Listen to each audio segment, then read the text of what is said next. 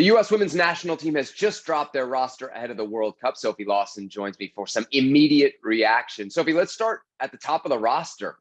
Number 9 position, Alex Morgan, the only true number 9 that Vlatko Andonovski has taken to this World Cup. Is that a risk?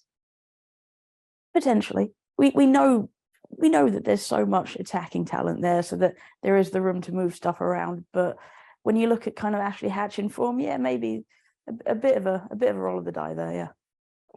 Another part of the roster that was particularly interesting to me is midfield, right? And it's 2 choices there, Julie Ertz and Savannah Demello, who are kind of at different ends of the spectrum. Julie Ertz hasn't played with the national team up until recently for 2 years. Savannah Demello has hardly played with the national team. So what is the fact that Vlatko Andonovski is bringing these 2 players? Tell us about the state of that American midfield.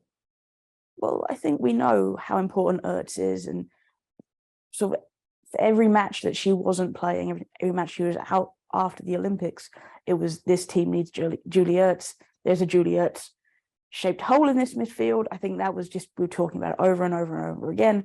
You see her back in the team in April, and everything looks different with Ertz in that team. But then you look at Demello as being the informed player in NWSL, and you're thinking she hasn't played with the team. She's been in camp. She hasn't played with them. You know, how long does she have to jive to find those partnerships?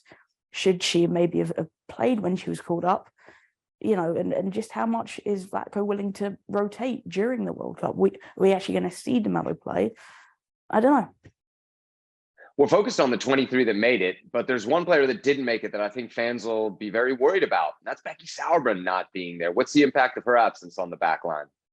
Well, we know that she, at one point in her career, for a very long point in her career, was the gold standard of centre-back. She was just a phenomenal defender. Now, she is on the downswing, but she is the captain and just an unequivocal leader in the group, as well as a go-between between the players and the coach. So you're not just losing a player and experience from that back line, because now we're going to have Cook and Germer, which is relatively inexperienced centre-back pairing, but you're just going to lose leadership and just a stalwart in the team with her not being there. It's a huge, huge loss.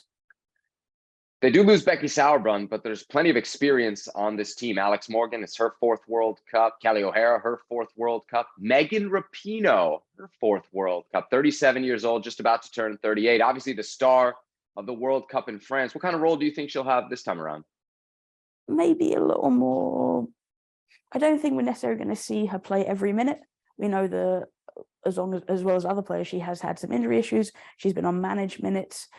But if you're looking for a player who will turn up in those moments, who maybe take an ice cold penalty, for instance, or just be there for those little inspired moments, and someone who's been there and done it before, I think having a player like that in the group, especially with so many younger players who haven't gone to World Cups before, that it's so important that they can have players like Rapinoe they can look to, and just for that little bit of inspiration.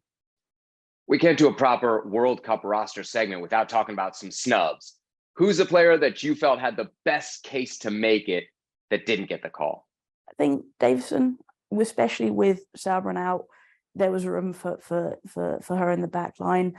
So it's a bit of a surprise to see her omitted. There she is, Sophie Lawson. Great stuff. The U.S. women's national team naming their 23-player roster for the upcoming World Cup.